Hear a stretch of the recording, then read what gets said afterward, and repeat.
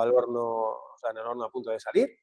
Y los estudios anteriores que nos muestran los protocolos que teníamos con anterioridad, que no es que sean malos, ni estén desfasados, ni absolutamente nada, sino que los seguimos utilizando perfectamente, ¿vale? Los LTP, LTD, y ahora hemos incluido algunos más, algunos que ya se sabían que funcionaban por evidencias de otros grupos de investigación y otros nuestros que son, pues quizá mucho más interesantes porque nos permiten obtener otros resultados a nivel clínico y, como estamos diciendo, sacaremos en breve los resultados a nivel científico ya, que podemos hablar con propiedad, ¿vale? Entonces, bueno, eso, un poco es esto lo que vamos a hablar en la presentación. Tenemos ahí un pequeño PowerPoint para compartir un poco con todos los protocolos que tenemos desarrollados de NMP. Hablaremos en primer lugar un poco el pequeño repaso de en qué consiste cada uno de ellos, cuáles son sus objetivos, qué sistema de analgesia activan o qué sistema funcional queremos trabajar. Y bueno, básicamente eso, ¿no? Cuáles son los objetivos de cada uno de ellos y luego resolveremos las dudas o intentaremos resolver. Intentaremos, algunas ojalá tuviéramos la respuesta clarísima y concisa, pero intentaremos responder casi todas las dudas que nos habéis preguntado y algunas más si nos da tiempo, ¿vale? Sí, yo, una de las cosas que siempre me gusta aclarar es, al final, estos protocolos no surgen como algo que, oye, que parece que queramos hacer ahora por innovar, por hacer algo, no. Nosotros llevamos ya mucho tiempo trabajando con ellos, son protocolos que llevamos más de un año, más de casi 2 años trabajando con ellos de manera continua ya oficialmente. Y es algo que nunca no podemos llegar a compartir con vosotros porque al final, hasta que no tenemos una base donde podamos nosotros argumentar con un buen razonamiento científico, pues es algo que queda en nuestra experiencia clínica y lo que trasladamos de la experiencia clínica a nuestros compañeros de I+D, que son los que realmente planifican y desarrollan o generan o ayudan a generar el desarrollo científico de estos protocolos, pues no tenemos nada y no podemos compartirlo. Entonces, nos gusta siempre, cada vez que podemos compartir algo con vosotros, que sea lo más seguro, fiable posible, ¿no? Y esto es un poquito todo el trabajo que lleva detrás de todo lo que vamos a hablar. Pues hay 2 años de trabajo, hay muchísimo intervencionismo, hay muchísima clínica, muchísimas horas, muchísimas conversaciones, muchísimos grupos de WhatsApps llenos de mensajes, llenos de dudas. Y bueno, al final llega algo muy resumido, muy compacto, muy accesible a todos y que esperamos que además lo empecéis a utilizar, porque en muchas ocasiones nos hemos dado cuenta, cuando terminamos muchas formaciones, y esto particularmente pasa con los protocolos de LTD y LTP, que parece que como que es mucho más fácil y mucho más accesible trabajar con la LTP. Entonces, perdón, con la LTD, con la depresión. Es un protocolo muy simple, trabajamos a 2 hercios, no nos complicamos y ya está. Y parece ser que toda la evidencia que llevamos, que se está generando, pues nos lleva a pensar que la potenciación o los fenómenos de potenciación tienden a ser o puede que sean un poquito más interesantes a la hora de trabajar. Y eso me gustaría, si no en en el próximo webinar, hacer el miedo para trabajar con ellos, ¿vale? Así que nada. Ya somos 21, en el directo de Instagram somos 19, ha bajado un poquito. Tenéis en los comentarios el acceso al link para aquellos que no hayáis podido conectaros o que no os enterasteis de este webinar. Pues podéis buscar, hacer link directamente y también lo tenéis por ahí, ¿vale? Para los nuevos, los que estáis aquí, los que habéis entrado nuevos, también comentar lo mismo que he dicho antes. Cualquier duda que queráis, nosotros iremos resolviendo dudas, pero cualquier duda que tengáis, levantáis mano y la solucionamos, ¿vale? Os damos acceso, habláis, desconectáis el micro y directamente lo respondemos, ¿ok? Muy bien. Nos empezamos por dudas, empezamos por Power. Vamos a empezar, sí, vamos a empezar un poquito. Hacemos gran anuncio. Ya, compartimos aquí una pantalla. Y vamos a ver si nos deja coger esto. Que en principio tenéis que ver ya un poquito aquí la pantalla. ¿Vale? Ahí estaría. Muy bien. Confirmarnos que veis la pantalla, porfa. Que nosotros aquí ya no nos vemos, tenemos la pantalla completa. Se ve todo bien, Fran. Vale, gracias, Perfecto, Ari. Ari, gracias. Siempre atenta a todo. Ari es la encargada de todo esto, de que todo esto funcione y con la que habláis cuando os tienen que dar acceso y cualquier historia. Así que sin ella nada de esto sería posible. Así que muchas gracias también, que siempre nos olvidamos. Vale. Pues bueno, en primer lugar, un poco el objetivo de este webinar, ¿no? ¿Cuáles son los objetivos y los protocolos de tratamiento que tenemos, ¿no? Entonces, el objetivo terapéutico principalmente, como ya sabéis, va a ser disminuir el dolor y mejorar la función. Eso es lo que hacemos con la estimulación percutánea eléctrica periférica, estimular el nervio periférico para obtener cambios, ¿no? Cambios en pacientes, personas patológicas que vienen a nuestra consulta con una patología que normalmente se define por dolor y disfunción, ¿vale? Como sabéis, las tendinopatías hoy en día no se definen porque haya cambios estructurales, porque haya hipervascularización. Una tendinopatía se diagnostica porque haya dolor y disfunción, y así la mayoría de patologías que tenemos hoy en día. Por lo tanto, es una técnica cuyo objetivo es muy funcional. Es sobre todo disminuir ese dolor, mejorar los mecanismos analgésicos que tenemos, que hay unos cuantos, ¿vale? Aunque vamos a hablar un poco de los dos principales, y mejorar la función. Asociada al dolor, o bueno, esto es como siempre, ¿no? Que es antes el huevo o la gallina, ¿no? Que ha producido el problema, la función que ha producido el dolor o al revés, ¿no? Y por otra parte, no solo es quedarnos con el foco del dolor, sino que sabemos de buena mano, y además es algo que se trabaja mucho y tenemos muchos compañeros que también se dedican a ello, no es necesario solo enfocarnos en el que exista dolor o no. Está la capacidad con la técnica de mejorar patrones funcionales en deportistas, por ejemplo, en casos en donde podéis utilizar la técnica como simplemente una herramienta para la ayuda y la optimización de la mejora del rendimiento físico de muchos de vuestros atletas, independientemente de si existe como tal la patología o no. Es decir, se puede utilizar en sanos y tendría buenos resultados, tendría un buen resultado en este tipo de pacientes también. Muy bien, pues vamos allá. ¿Qué es lo que queremos estimular? Esto es lo primero que tenemos que tener en cuenta antes de hablar de protocolos y frecuencias. Tenemos que tener en cuenta que trabajamos con corrientes eléctricas y las corrientes eléctricas estimulan las células excitables, entre otras, pues las células neuronales, las neuronas, ¿vale? En este caso, como vamos a trabajar sobre el nervio periférico, vamos a trabajar sobre diferentes tipos de fibras y esos diferentes tipos de fibras, como sabéis, transmiten a diferentes velocidades, tienen diferentes grosores y transmiten un tipo de sensibilidad, ¿no? Entre comillas. Es decir, tenemos, como veis, esas fibras A beta, perdonad, esas fibras A beta que transmiten la sensibilidad, digamos, la que nos mola, guay, no dolorosa, táctil, propioceptiva, etcétera. También algunas alfa, que son motoneuronas, pero también propioceptores.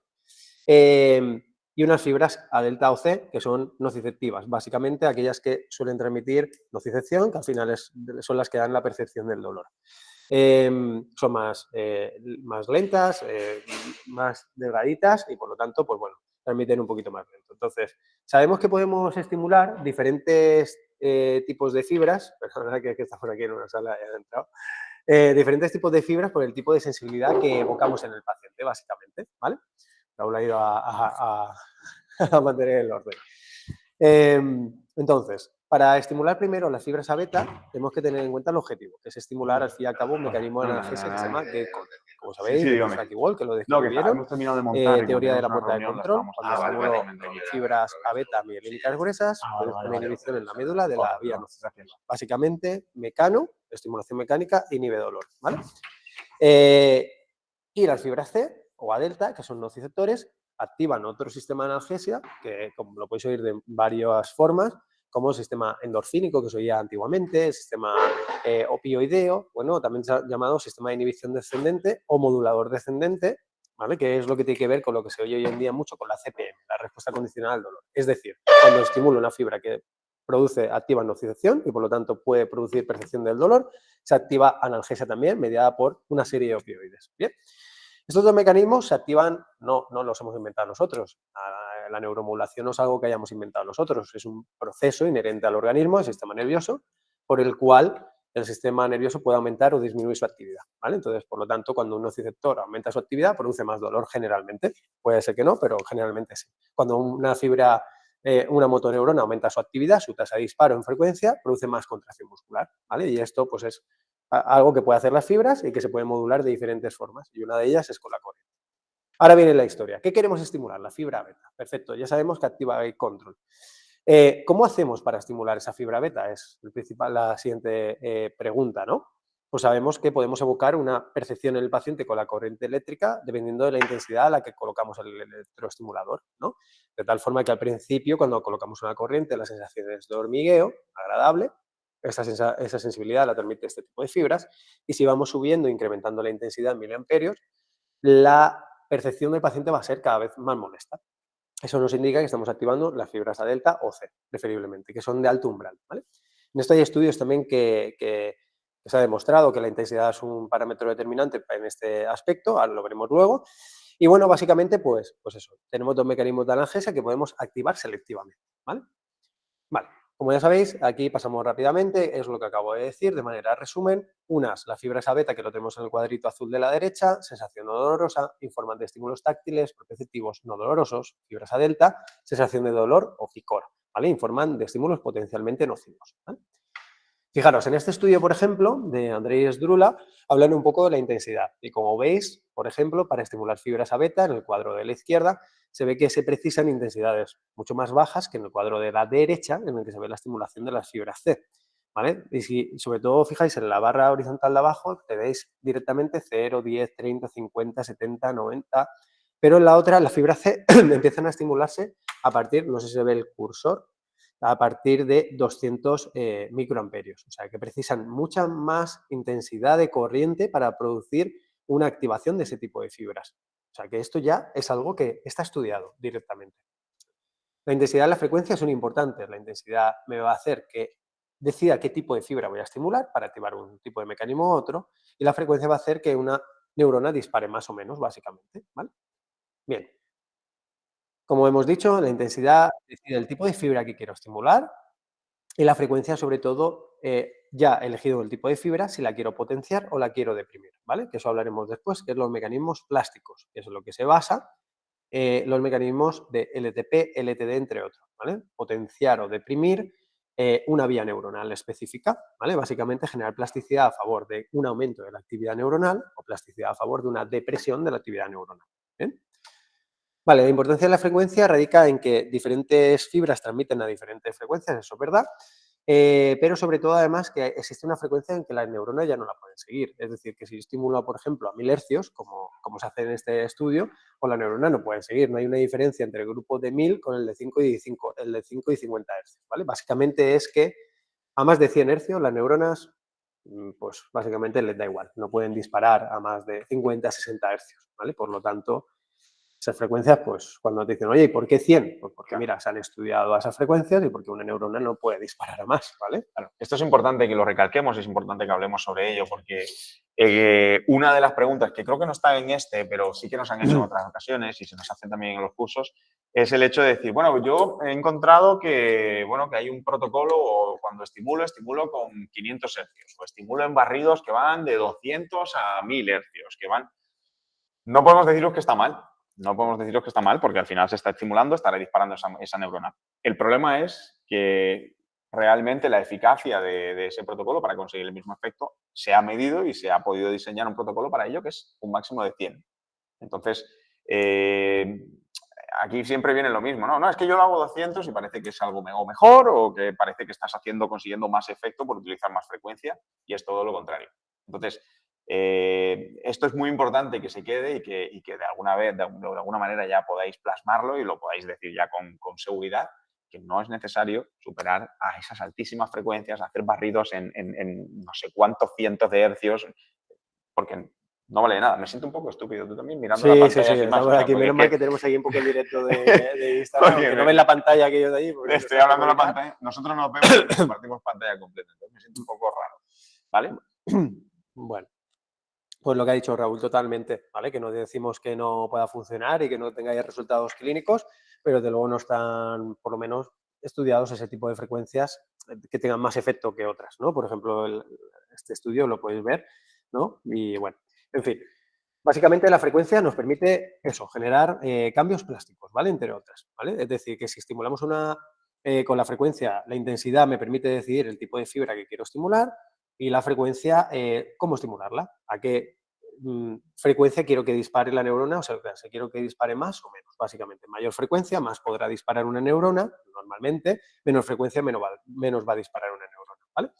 Y el tiempo en este caso también es importante, ¿vale?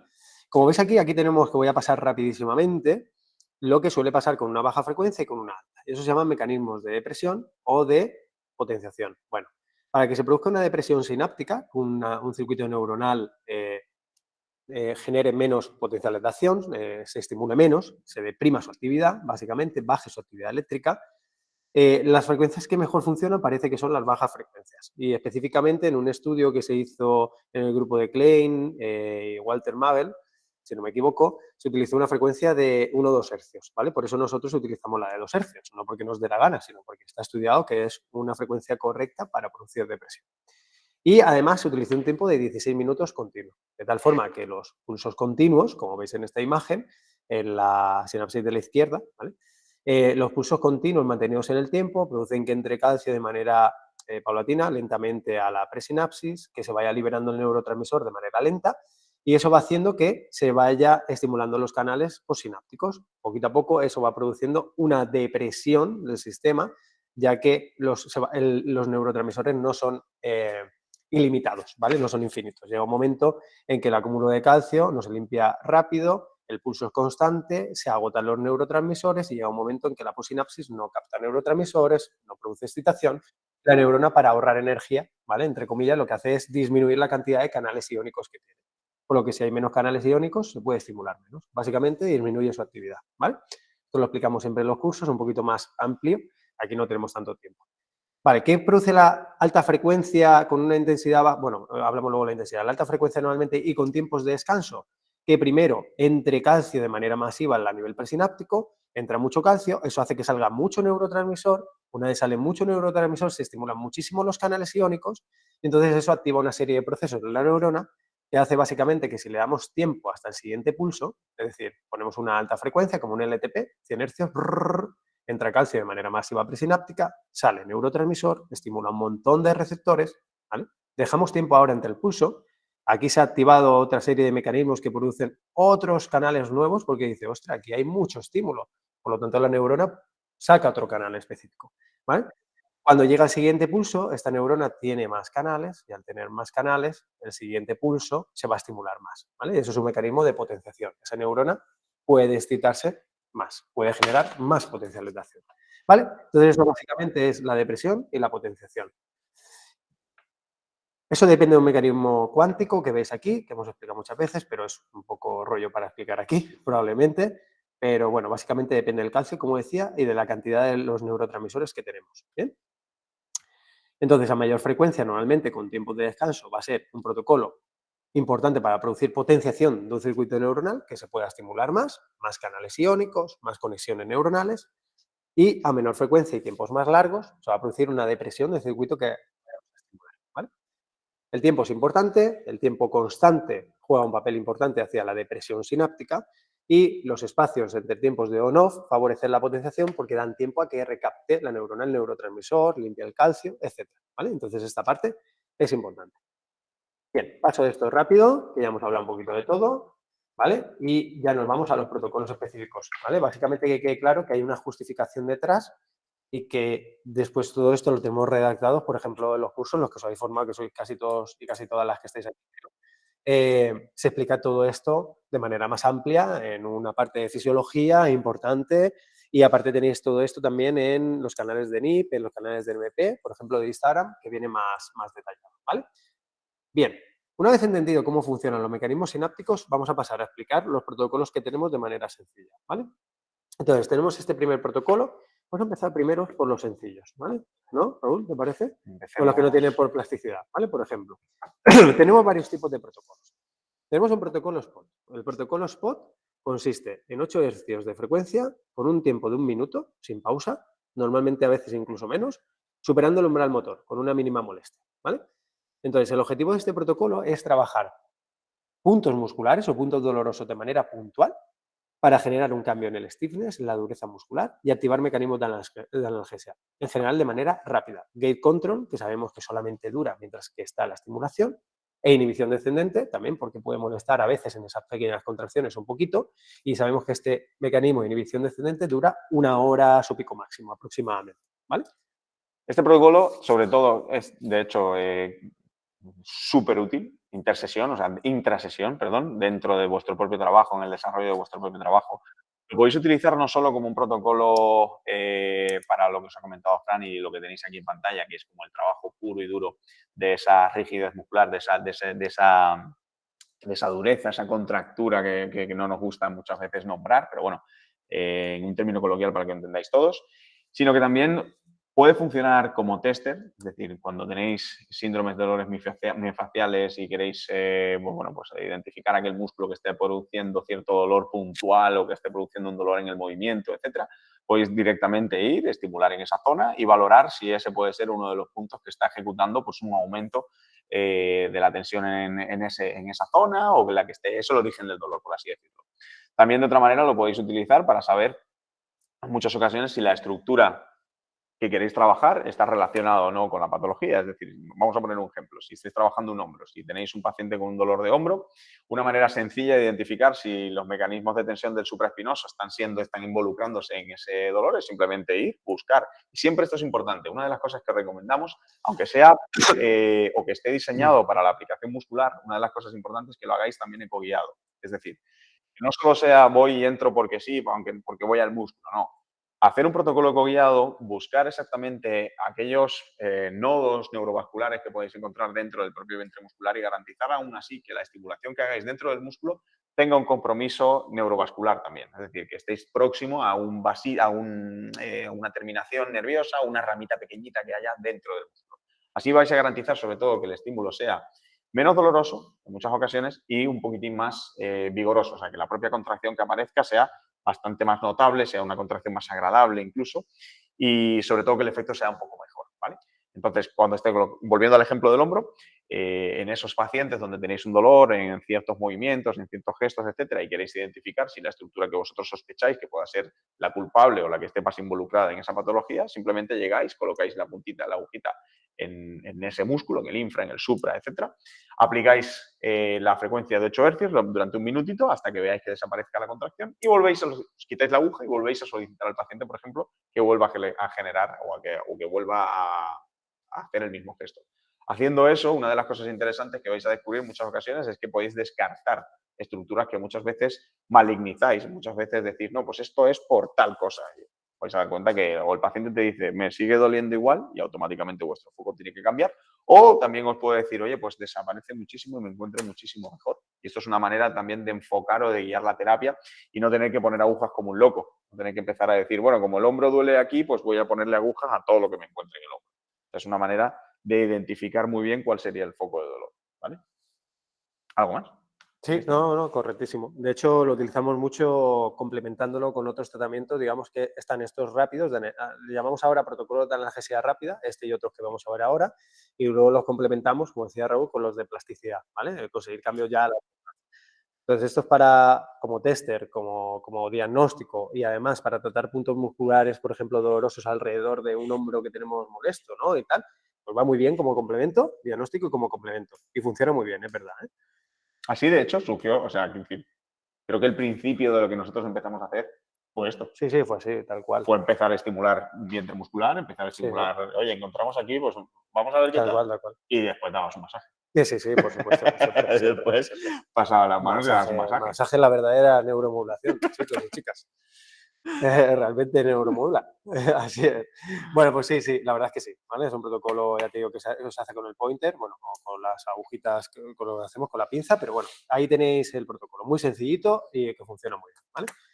Protocolo de alternancia de frecuencias, ¿vale? Lo utilizamos a veces, Raúl lo utiliza más que yo, normalmente porque a veces esto es un poco también cada uno en su práctica clínica, lo que le gusta más utilizar. O sea, y esto también es así. Para Hacemos eso están todo, varios protocolos, para claro, que tengáis varias maneras de poder enfocarlo. correcto. Entonces, bueno, este protocolo simplemente explico cómo, en lo que se basa, es un protocolo que está estudiado ampliamente en la electroacupuntura, de hecho el que más se estudió, en el que se basa en una alternancia de frecuencias que oscilan entre 2 y 100 hercios, 30 minutos sin ningún tipo de pausa, por lo que, bueno, aunque prácticamente puede generar una depresión posináptica, no se ha estudiado en ese sentido, y lo que hace básicamente, como va pasando entre una sensación agradable y un poquito más potente, ¿verdad? Cuando cambia de frecuencia a la misma intensidad, pues activa diferentes tipos de receptores opioideos, que es lo que se estudió. Entonces se vio que había a nivel de marcadores opioideos, pues endorfinas, encefalinas, beta-endorfinas, o sea, diferentes tipos de opioides que son más dependientes de un tipo de sistema de analgesia. Las endorfinas más, por ejemplo, del gate control y las encefalinas más del sistema de inhibición descendente. Al verse varias con este protocolo, se llegó a la conclusión de que activaba más receptores opioideos que si hacían solamente a 2 hercios o solamente a 100, ¿vale? En este caso, este protocolo es interesante y, como os ha dicho Fran, yo lo gasto muchísimo. Trabajo de los nuevos protocolos, quizás no es el que más, pero sí que lo gasto bastante. Una de las cosas que es importante destacar, sobre todo porque como en muchísimos dispositivos eléctricos podéis trabajar con él, pero una cosa importante a destacar con respecto a este protocolo es que particularmente el uso de este protocolo con la EPTE es realmente eficaz, porque la EPTE nos permite no solo modular la frecuencia, sino que nos permite modular la amplitud en el mismo protocolo. O sea, podemos cambiar, puedes tener una modulación de frecuencia y una modulación de amplitud. Y también una de las cosas interesantes es que podemos ajustar muy bien la intensidad previamente a la estimulación. Es decir, tenemos herramientas en el pointer, o sea, en la EPTE, como por ejemplo la modificación de la frecuencia del propio pointer o del canal pointer, por así decirlo, que es utilizar 100 hercios, es decir, ir al canal pointer, poner 100 hercios y ajustar la máxima sensación a 100 hercios que va a percibir el paciente y a qué intensidad se lo podemos colocar. De tal manera que cuando volvemos al protocolo ya tenemos una intensidad máxima seleccionada en la frecuencia máxima, es decir, no va a percibir lo mismo el paciente si estáis trabajando a 2 miliamperios, 2 hercios, que 2 miliamperios a 100. Por lo tanto, una de las cosas que nos podemos adelantar con el dispositivo EPTE es precisamente esa seguridad de saber que el paciente de repente no va a notar algo, un susto, ni tampoco se va a contraer demasiado, ni nada, ni la estimulación va a ser demasiado molesta. No va a hacer la cobra, vamos. Ya ha pasado. Y otro de los tips interesantes, por ejemplo, sería en el propio trabajo. Siempre entendemos este protocolo como algo que va a tener una tendencia a la disminución de las rigidez musculares y también una tendencia a la depresión en general. Por lo tanto, tampoco penséis utilizarlo como algo, como siempre me dicen, no, vamos a ver si podemos potenciar esto. No, es un protocolo que es sobre todo diseñado para analgesia y que encima tiende a la depresión. Entonces, no pretendáis tener un aumento de la fuerza, ni pretendáis tener una capacidad de contracción mejor, ni mucho menos, porque no va a aparecer. Todo lo contrario. Todo lo contrario. Pero en caso de analgesia sí es muy interesante. Y por lo tanto, al ser tan interesante, yo os recomendaría una cosa particular.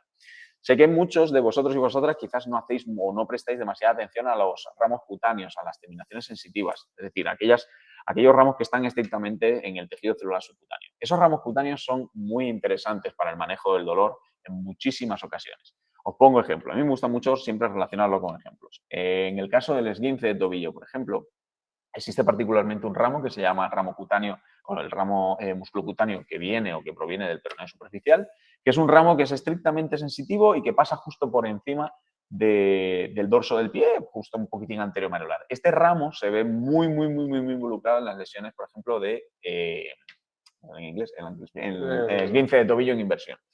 En este tipo de lesiones, además es un momento de laceración con compresión, además, en donde está su salida a nivel fascial, tiene además un momento compresivo que generalmente se describe a unos 12 centímetros por encima del malleolo externo. Cuando utilizamos particularmente este protocolo en ese tipo de ramos, esa molestia residual que queda en el esguince de tobillo suele resultar bastante interesante. Y os diría que en muchas ocasiones un poco mejor, no siempre, pero sí que en algunas ocasiones, que incluso el mismo protocolo de presión sináptica, que la propia LTD. Entonces, es bastante interesante, es un protocolo a tener en cuenta y también os doy como tip que tengáis en cuenta el hecho del manejo de este protocolo en ramos y terminaciones estrictamente sensitivas. No digo que solo sea para ello, sino que tenerlo en cuenta, que puede ser interesante, ¿vale? No sé si me queda algo más por ahí. No, de todas formas, si se me ocurren más cosas, os contaré. Esto está hecho para correcto. compartir y deciros todo lo que podamos. Sí, ¿vale? Entonces, bueno, es otro de analgesia rápida y aquí tenemos otro de analgesia rápida, ¿vale? Que este ya conocéis más, protocolo HIP, ¿vale? Que es un protocolo de activación masiva de nociceptores. Básicamente, bueno, ya podemos decir la frecuencia, lo tenéis ya de hecho publicado aquí no lo tenía actualizado en el PowerPoint, pero básicamente sabéis que es un pulso de 200 hercios de creciente a creciente, o sea que va creciendo en intensidad. Es una alta frecuencia, una alta intensidad, con una corriente bifásica simétrica, no tiene componente galvánico, que alguno me ha preguntado, ¿vale? Ninguno de los pulsos que utilizamos tiene características ni componentes galvánicos ni características galvánicas, lo que hace que siempre la corriente eléctrica sea muy segura en ese aspecto. Y entonces lo que va haciendo es crecer poquito a poco, ¿vale? Va de pulsos más, digamos, más pequeñitos a pulsos más grandes en intensidad, de tal forma que lo que hace en principio es acomodar las fibras a beta por esos pulsos de pequeña intensidad, de tal forma que las saturamos y ya no trabajan y nos aseguramos que ya los siguientes pulsos hasta 200 activen nociceptores, ¿vale? Vale, este protocolo es súper interesante, es muy rápido, dura nada, un segundo, y produce normalmente una activación, sobre todo si está en un nervio mixto, que es visible, y además es muy visible, es masiva. Y se utiliza únicamente en personas en las que queremos, o mejor dicho, personas que sabemos que su sistema de inhibición descendente está operativo, que es correcto, que ante un estímulo del dolor se genera analgesia, ¿vale? Esto se puede hacer en la clínica con un TENS simple o, bueno, pues algunos que no tenéis a veces tiempo o los medios, pues decís, bueno, ensayo-error, ¿no? Pues a una persona que le habéis hecho una electrolisis o algún protocolo que produce dolor, una punción seca, y la siguiente sesión ha venido, os ha pasado 2 días fatal, sabéis que su sistema de inhibición descendente no es el mejor o no está en el mejor momento, ¿vale? Quiere decir que cuando generas una activación de la vía dolorosa no produces analgesia. Por lo tanto, este protocolo probablemente no sea para él o para ella, ¿vale? Pero para aquellas personas, por ejemplo, deportistas de élite, gente que tiene un estado general bastante bueno, que su sistema de activación por su sistema opioideo funciona muy bien, pues es un protocolo a tenerlo muy en cuenta porque la activación masiva de nociceptores va a producir una activación masiva de opioides. O sea, básicamente va a generar una cantidad de opioides muchísimo más grande que otros protocolos que no generan tanta activación. Por lo tanto, muy interesante para tener una analgesia rápida, su pico máximo a la hora, sobre todo por este mecanismo que decimos, ¿vale? Activación de inhibición descendente, principalmente, lo que conocéis como CPM, ¿vale? Muy interesante, ¿eh? En casos, la verdad es que lo utilizamos bastante, sobre todo, ya digo, en pacientes que están con un buen estado, no dolores crónicos complejos ni cosas de este No, tipo, pero en estos pacientes funcionan muy bien. Por ejemplo, en luchadores es, es brutal, ¿vale? Que sabéis que tienen ese sistema a tope. En deportistas de élite es es brutal, muy funciona bueno. muy bien, Sí es ¿vale? verdad que, sí es verdad que gastarlo en pacientes, como os he dicho, Fran, evidentemente está completamente contraindicado para aquellos pacientes que su TPM no está activo, está contraindicado en aquellos síndromes dudosos que no tengáis muy bien, que no tengáis claro si lo podéis hacer o no. Pero en muchas ocasiones os van a plantear dos situaciones. Una, que conocéis al paciente y sabéis más o menos aquellas situaciones en las donde podéis actuar con él. Y segundo, en los deportistas particularmente es muy interesante. Es muy interesante sobre todo en esos puntos dolorosos que se han tratado de una vez, de otra, es como que muy recurrente siempre, vuelve a recaer en lo mismo, siempre vuelve a recaer en ese dolor, en ese gesto, en ese tal. Es bastante interesante. Y por otra parte, también os tengo que hacer una advertencia o barra aclaración. Esto es un protocolo que al trabajar con mucha intensidad hay que tenerle no miedo, sino algo de respeto y hacerlo con cautela. Es decir, existen algunas terminaciones donde no aconsejamos que lo apliquéis, como por ejemplo en grandes nervios. Y de aplicarse en un nervio grande, como puede ser canales como el mediano, el cubital, como puede ser el propio femoral o el ciático, el tibial, grandes nervios, sí que os aconsejo que primero registréis la intensidad a la que vais a trabajar. ¿Vale? O sea, la intensidad máxima a la que se podría tolerar. Porque al ser un nervio tan grande y tener tantísimos axones dentro, claro, si aplicáis una intensidad, si metemos 10 miliamperios en un pulso de hip, en un femoral, evidentemente la rodilla se va a dar la vuelta. Entonces, eso hay que tenerlo muy claro. De todas formas, nosotros en la formación, cuando siempre explicamos el hip, una de las cosas que hacemos es decimos, oye, mira, utilizarlo aquí, aquí, aquí, aquí, aquí. Os doy ejemplos, ¿vale? Es muy interesante el trabajo del hip en síndromes, por ejemplo, de glúteo profundo, es muy interesante en dolores específicos como puede ser en el hombro, en dolores de supraespinoso, en dolores relacionados, por ejemplo, con la cara anterior del hombro, dolores. No os estoy hablando de una estructura específica, sino os estoy hablando de una sensación, es decir, dolor en la cara anterior del hombro, como si estuvieses estimulando el deltoides, todas las terminaciones que pasan por encima de la correa bicipital o que aquellas que vienen o provienen directamente del pectoral y ascienden a la cara superior del hombro, cara superanterior. Incluso, por ejemplo, ese dolor muy específico, muy marcado que aparece entre la espina y la paletilla, muchos dolores muy relacionados con las propias compresiones del dorsal escapular. Muy, muy, muy, muy interesante la aplicación del protocolo HIP en esa zona. De miembro inferior resulta también muy interesante para ese tipo de dolores que aparece, por ejemplo, en la rodilla, en el polo superior de la rodilla, relacionado con el recto femoral o relacionado, por ejemplo, con las propias fibras que puedan verse comprometidas, las fibras articulares que puedan verse comprometidas por la propia presión del vasto medial, por ejemplo, los geniculados supermediales que se llaman. Muy interesante la aplicación del HIP en esa zona de ahí. Incluso en algunas terminaciones cutáneas sensitivas, siempre y cuando, recordar esto, no exista un proceso de una inflamación neurogénica, un golpe, algo que vosotros veáis que es una sopa que te está diciendo no me toques. Si te está diciendo eso, no lo toquéis, y mucho menos con el protocolo HIP, ¿vale? Pero sí que es verdad que resulta bastante interesante y es una analgesia, además, que suele en muchas ocasiones aparecer de manera inmediata. En muchas ocasiones. O sea, vais a ver cómo es inmediato. Muchas veces, oye, estoy trabajando, ¡pum!, lo aplicas. No se debe aplicar más de 2 veces, eso también es verdad. O sea, hacemos una única aplicación, como mucho 2, 3 o 4 aplicaciones ya sería muchísimo, ¿vale? Muchísimo. Entonces, una aplicación o 2 aplicaciones como máximo y lo dejamos estar, ¿vale? Y ya podéis complementar con la terapia que queráis, ¿ok? Y nada más. Yo creo que con esto, cualquier dudilla, que por cierto tenemos que parar, porque me ha comentado Ari que había alguien que había levantado la mano. Por favor, quien levantase la mano anteriormente, porfa, desconecte y haz la duda que no te estamos viendo.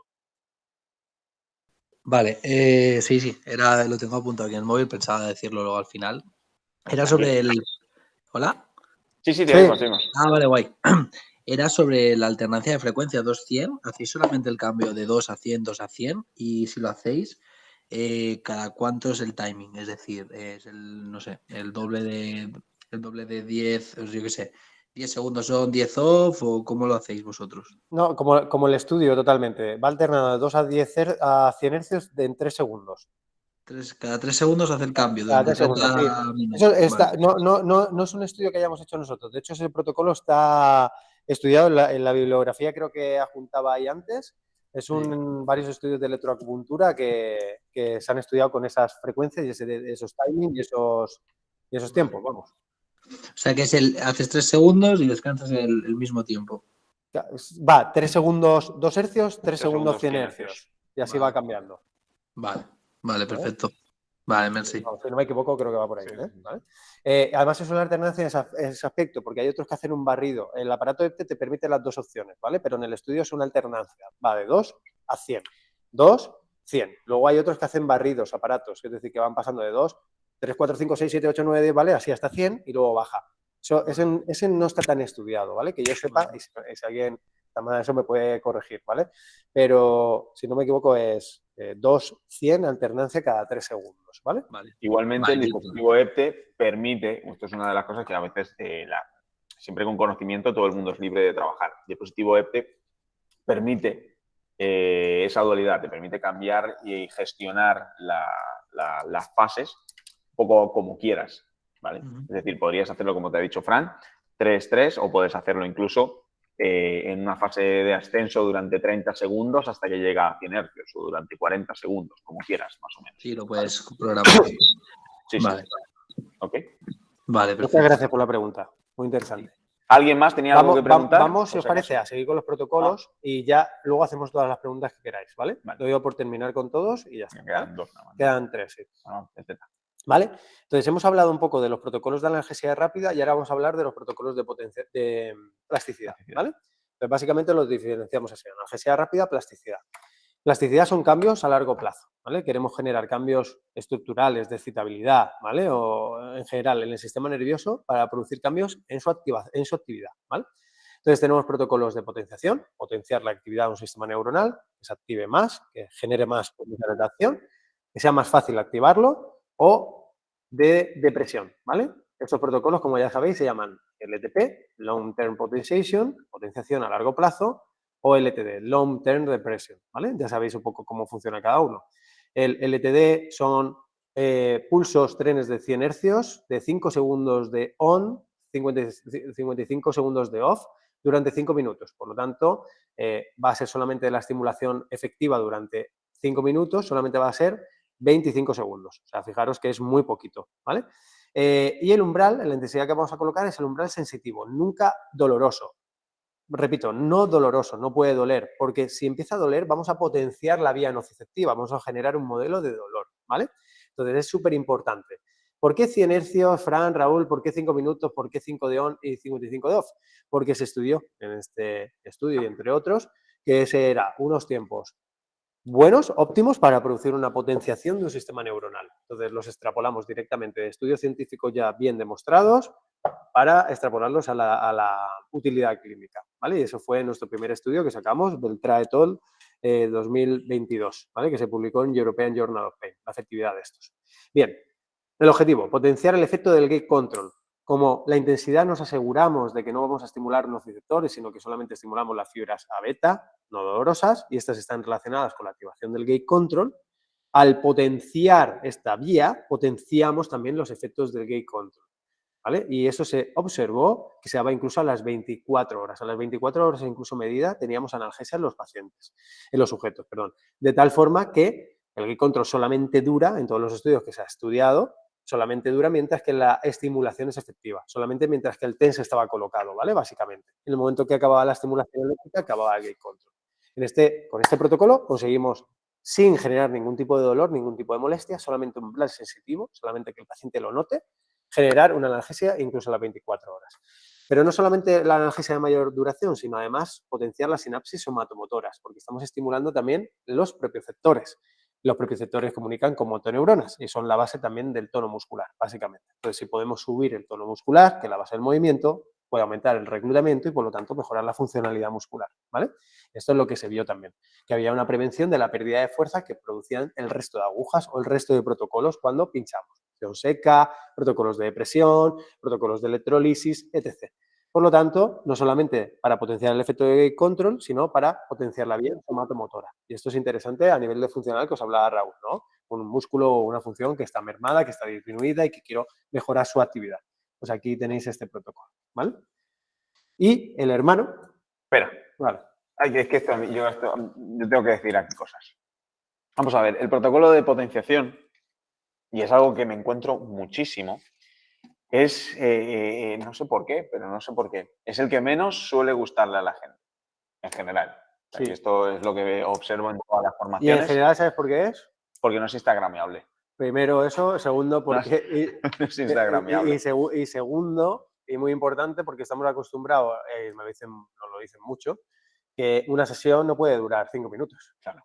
Y esto, claro, esto es algo que ya tampoco es un problema de la fisiología. La fisiología y la ciencia no entiende de esto, de los pacientes, de cuánto tiempo tienes que hacer una sesión, ni de horas. Y eso es algo que yo creo que es una crítica que tenemos que tener también los fisios. Una sesión no tiene por qué durar 1 hora. Ni puede durar 1 hora y media, ¿por qué no? Pero también puede durar 15 minutos, dependiendo del objetivo.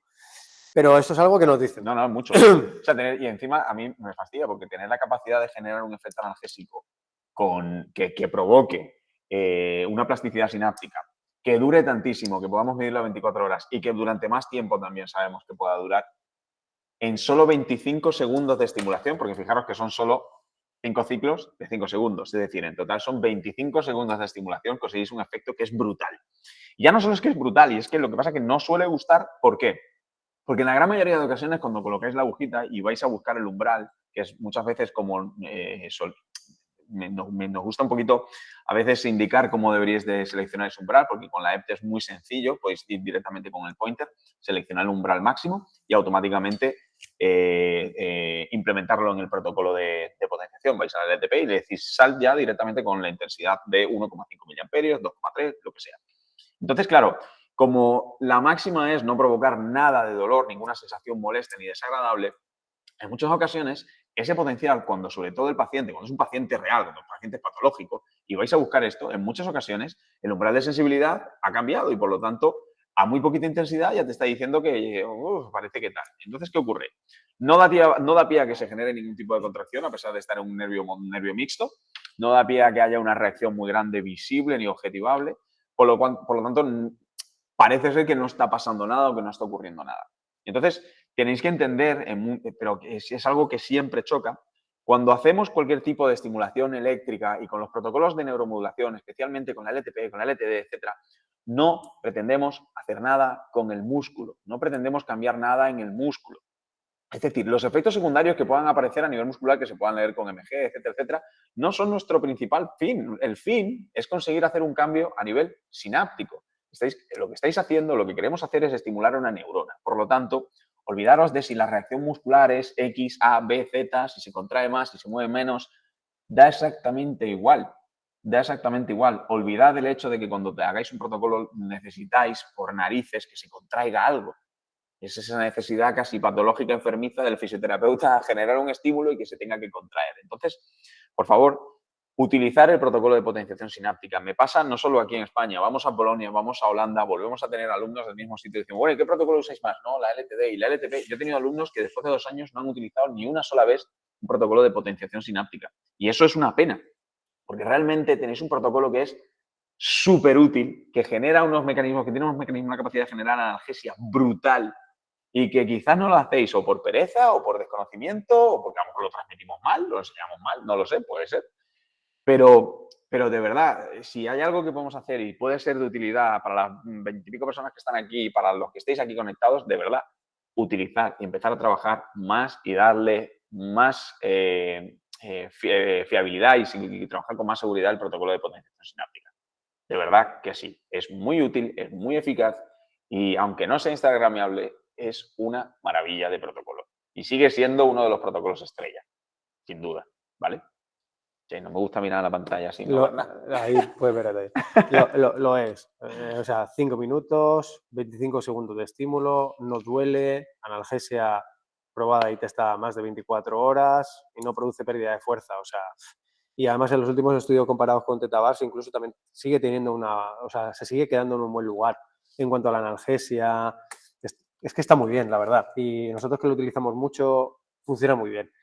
Es simplemente educar al paciente de que no a veces más es mejor, ¿vale? Yo a veces les digo que si se toma 3 gelocatiles no es mejor que tomarse uno, ¿vale? Entonces la dosis está ahí.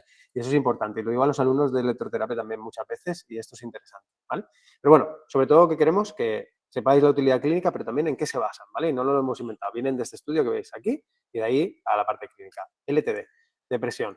Protocolo estrella, como dice Raúl, para casi todos los alumnos, dura 16 minutos, parece que estamos haciendo más para un paciente. Bueno, estamos haciendo más a favor de una depresión, entonces nos vale sobre todo, dura 16 minutos, 2 hercios, perdonad, y la intensidad tiene que ser el umbral doloroso. Aquí queremos deprimir una vía neurológica y en este caso la que queremos deprimir es la del dolor. Recalca eso, es decir, recalcar lo que acaba de decir, una vía neurológica. Es decir, cuando hacemos el LTD buscando una depresión, no buscáis una depresión, no estamos relajando un músculo. Por favor, que quiero que quede claro, que es una de las dudas que siempre es como, no, sí, le pongo el LTD para descargar o para relajar, y entonces en ese momento muere un gatito, como dice Fran. Claro. Muere uno o dos. O más, y hadas. Claro. Entonces, la LTD, la depresión, el protocolo de depresión sináptica no está diseñado para que relajéis un músculo, ¿vale? Espero que quede claro. De hecho, ahí tenéis los objetivos, ¿vale? Que lo dejamos ahí. El objetivo principal es disminuir la vía nociceptiva, ¿vale? Disminuir la activación de la vía nociceptiva y producir cambios estructurales en ella a favor de que se active menos, ¿vale? Por eso tenemos que llegar a la mínima molestia, no mucho, porque si es mucho se produce lo contrario, hay estudios que así lo demuestran también. Y además, paralelamente, como activamos ese sistema de inhibición descendente en aquellas personas que esté disponible, pues podemos tener un efecto doble, ¿vale? Es decir, que haya una analgesia rápida. En algunos no lo va a haber, ¿vale? Por activación de opioides. Entonces, deprimir. Evidentemente, como efecto colateral, como decía Raúl, pues al final no es mi objetivo, pero se va a deprimir. Voy a perder fuerza en un músculo, probablemente, durante las primeras 24 horas. Mi sistema propioceptivo no va a estar igual de bien porque voy a deprimir un todo. Es decir, una vez me he pasado de umbral a beta, alfa, a delta, C, todo lo que hay debajo lo he deprimido, ¿vale? Evidentemente. Para saltar, como digo yo, 4 metros he saltado 3 y 2, ¿vale? Para que entendamos. Entonces, bueno, es muy interesante, se sigue utilizando y a mí a nivel clínico me gusta mucho para utilizarlo, sobre todo que luego hablamos en alodinias, casos de neuropatías con signos positivos importantes, dolores muy potentes, muy fuertes, en los que queremos generar un LTD, pero además sin dolor, ¿vale? Para deprimir la vía no dolorosa incluso, deprimir un nivel medular en general, bajar la actividad, ¿vale? Entonces, en ese caso sí que lo utilizo bastante, ¿bien?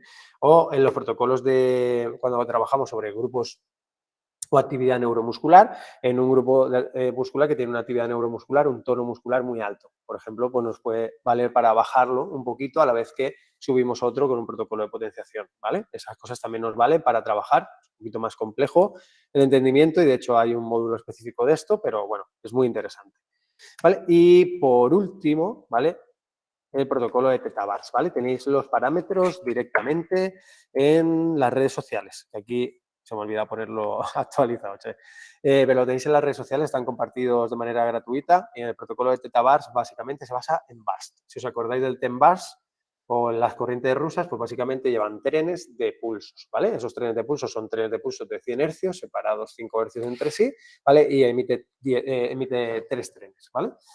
Entonces, al final, básicamente, lo que hace es generar una mayor estimulación, una mayor cantidad de pulsos que el protocolo LTP. Lo que hace, básicamente, es un protocolo de potenciación. Pausa, estímulo, pero cada estímulo tiene trenes. Quiere decir que no son pulsos de 100 hercios, sino que lleva trenes, cada tren tiene 100 hercios. Entonces, imaginaros, ¿no? Es la fiesta de los pulsos. ¿Qué hace esto? Que además reactivar la posinapsis lo que hace es inhibir al inhibidor. Todas las posinapsis tienen un inhibidor, ¿vale? Como para controlar un poco que no se vaya a la sinapsis de madre. El primer pulso tiene tantos que el primero lo satura de tal forma que la neurona queda sin inhibidor posináptico. De tal forma que el siguiente pulso que mete, imaginaros, ¿vale? Es la fiesta de la potenciación, ¿vale? A partir de ahí la neurona se potencia muchísimo y, bueno, pues es muy, muy, muy interesante. Los estudios ya muestran grandes efectos. En este caso, como digo, yo lo utilizo, para mí es el protocolo estrella. Yo es el que más utilizo en mi clínica día a día. Potencia gait control, siempre, por supuesto, sin dolor. Potencia la vía somatomotora. Parece que hay ganancias incluso en la fuerza, cosas impresionantes que eso no se había medido nunca. Y además momentánea y además cambios a largo plazo, lo que digo, en el sistema de analgesia y motor. Por lo tanto, es un protocolo corto, además dura 6 minutos 20. O sea, es un protocolo cortito, agradable, que se ve además el movimiento porque al tener tantos pulsos sin dolor llega a estimular a nivel alfa, motoneuronas, es muy visible, os va a gustar más, ¿vale? En ese aspecto también, como decía Raúl.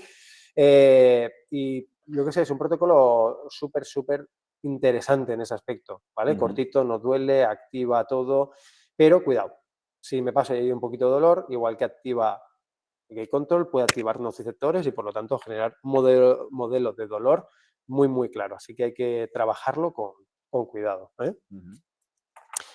Sí, yo creo que con esto terminamos lo que es la explicación de los protocolos brevemente, bueno, que siempre nos liamos. Y yo creo que ahora tenemos aquí un montón de preguntas para contestar, ¿vale? Que son de las que han hecho por la web. ¿Podemos salir de aquí? Sí.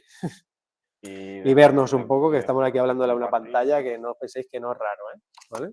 Súper raro. Vale. Espera, aquí hay una sí, mano sí, levantada. dale ahí a las manos. Ainhoa, sin problema, ataca. Podéis hacer las preguntas por el chat ya si queréis. También. Hola, Ainhoa, cuéntanos cosas. El protocolo HIP, habéis dicho 3 segundos 2 hercios y 3 segundos 100 hercios. ¿Durante cuánto tiempo? No. Ese es el alternancia de frecuencias. Vale. Perdón. El Vale. HIP es un pulso de 200 hercios creciente, ¿vale? Vale. Un pulso de 200 hercios a alta intensidad, ¿vale? Y nada, lo que hace es meter un tren de 200 hercios, ¿vale? Es rápido, que va subiendo en intensidad poquito a poco. Bueno, poquito a poco es bastante rápido, ¿vale? Pero lo que hace es acomodar primero las fibras a beta para que se saturen, para asegurarme que los siguientes pulsos ya solamente activen nociceptores y activar nocicepción de manera masiva para obtener analgesia por el sistema de inhibición descendente, ¿vale? El de alternancia de frecuencias alterna de 2 a 100 hercios en 3 segundos. 3 segundos a 2 hercios, 3 segundos a 100 hercios. 30 minutos. Durante 30 minutos, sí, ¿vale? Ese es el protocolo estudiado, ¿vale? Vale. Y el aparato te permite hacer barridos de frecuencias, pero eso ya no sé los estudios que tienen. Vale.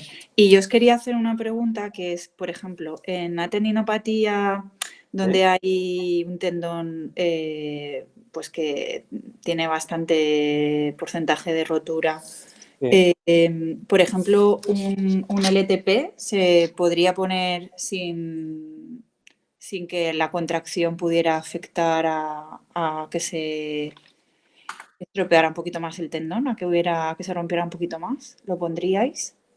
Sí, no tendría ningún tipo de... O sea, de hecho, no habría ningún inconveniente. O sea, la potenciación sináptica no cambiaría nada sobre la estructura del tendón, evidentemente, no haría nada sobre ello. Podría ser muy interesante. Por ejemplo, una de las cosas que sí que te recomendaría es, en el caso de ese tipo de tendinopatías, es hacer, por ejemplo, una lectura electromiográfica y valorar un poquito la actividad de la musculatura. ¿Qué tendón has dicho? Un tendón de Aquiles, ¿no? Un epicondilio, sí. Tengo Un tendón epicondilio. un epicondilio. Bueno, igualmente, o sea, valorar la capacidad de trabajo de esa musculatura, ver cómo funciona.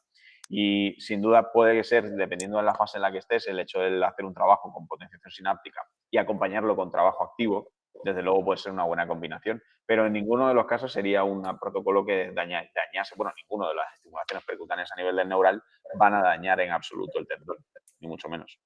¿Y con calcificaciones tampoco? No, ¿no? No, tampoco. Ten en cuenta que tu estimulación iría directamente, en este caso, estarías estimulando o bien en la porción anterior del nervio radial, una vez que deja, por ejemplo, o antes de entrar en la arcada, o incluso en algunas ocasiones tendrías, bueno, pues sería bastante interesante estimular el NIP, estimular el nervio enteroso posterior en el supinador corto.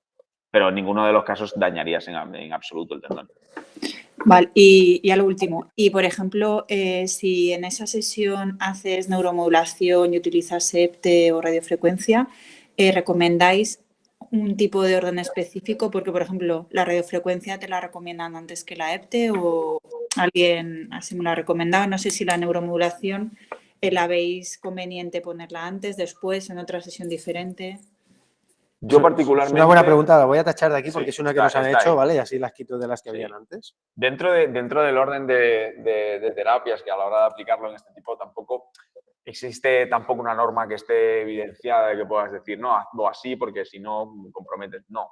Pero sin duda una de las cosas que solemos dejar para el final sería la neuromodulación. Quizás cuando vais a aplicar terapias como la electrolisis,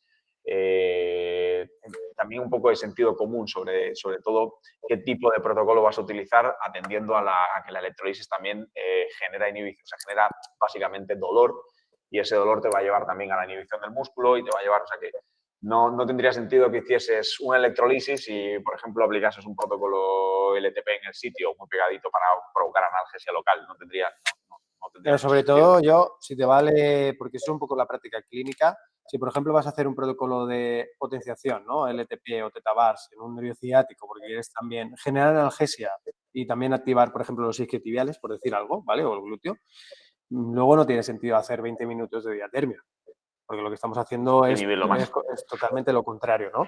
Entonces, ahora, pues colocar tu diatermia previamente a lo que tú quieras, ¿vale? Por eso se dice previamente, lo colocas y luego a partir de ahí tú decides qué es lo que quieres hacer con neuromodulación.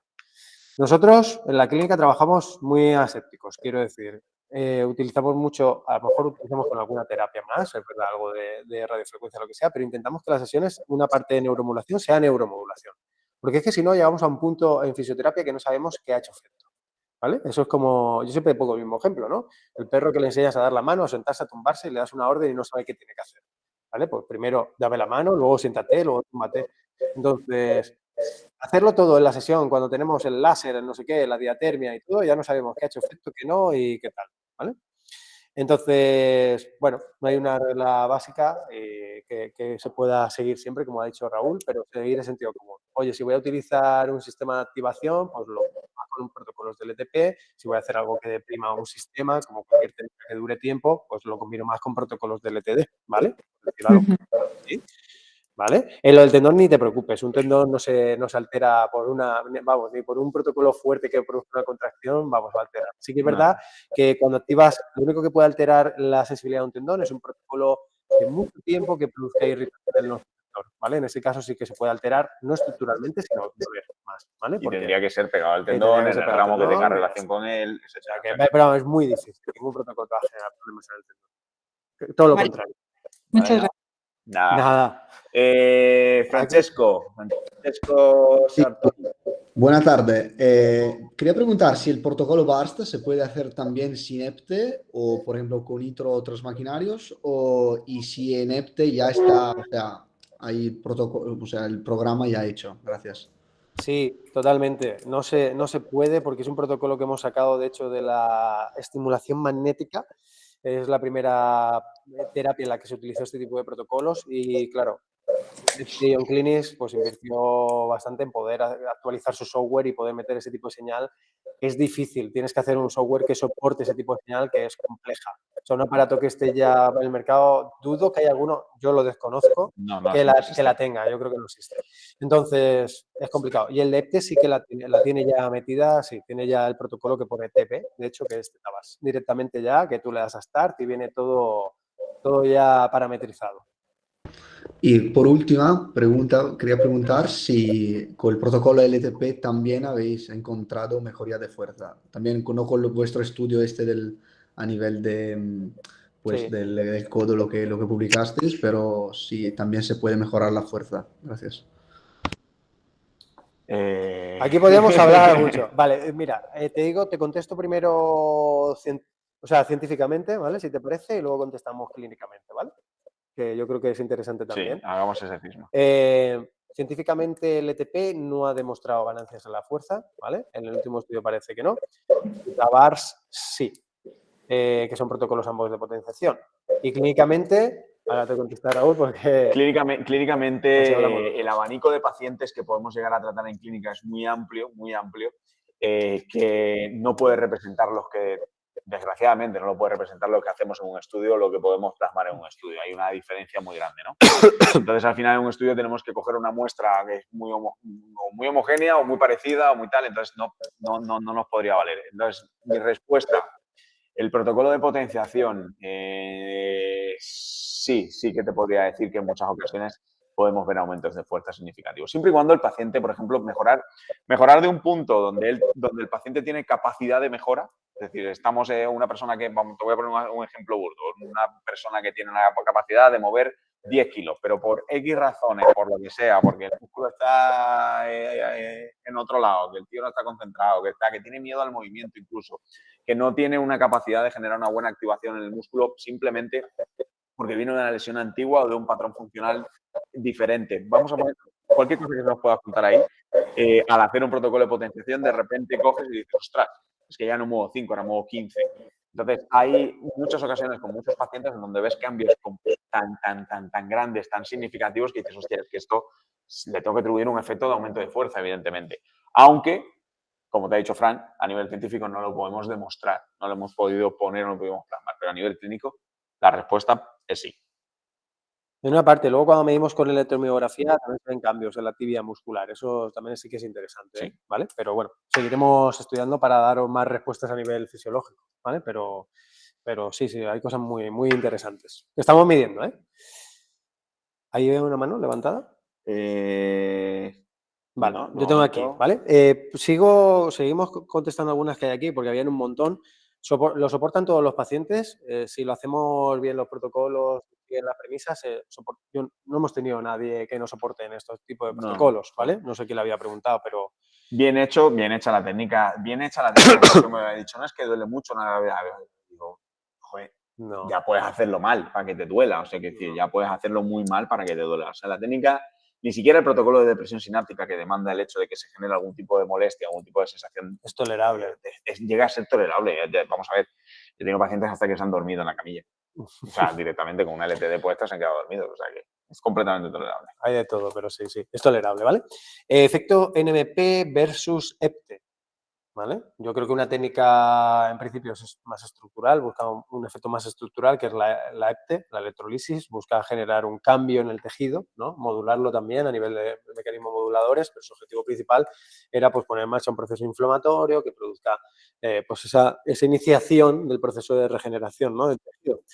Bueno, ya eso se puede discutir o no, y NMP busca un aspecto funcional, ¿no? Quizá busca más trabajar un nervio periférico para producir analgesia específicamente y activar vías neurológicas a favor de también mejorar la función. Entonces, una más funcional, otra más estructural. Quizás a lo mejor si quien preguntase quiera ir por la vía de que la propia electrolisis pueda generar nocicepción y que la nocicepción pueda generar también algún tipo de aumento de la inhibición descendente, pues también. Porque eso es algo que todos los que hacéis electrolisis o habéis hecho electrolisis en algún momento os habéis dado cuenta. Es decir, oye, hago electrolisis y joder, ha sido una y lo he hecho y le ha dejado de doler nada ya al día siguiente o ese mismo día, esa misma tarde ya no dolía nada. bueno, pues es uno de los fenómenos tan interesantes como los que tiene pues, la inhibición descendente, que funciona bien. Ahora bien, en otras ocasiones pues habéis tenido pues, un cajón bastante bueno donde habéis hecho electrolisis y habéis dejado un hombro sin poder moverse 2 días o 3. Pues bueno, eso también pasa. Ya sabéis que su inhibición descendente no funciona tan bien. No lo hagáis tampoco un hip, ¿vale?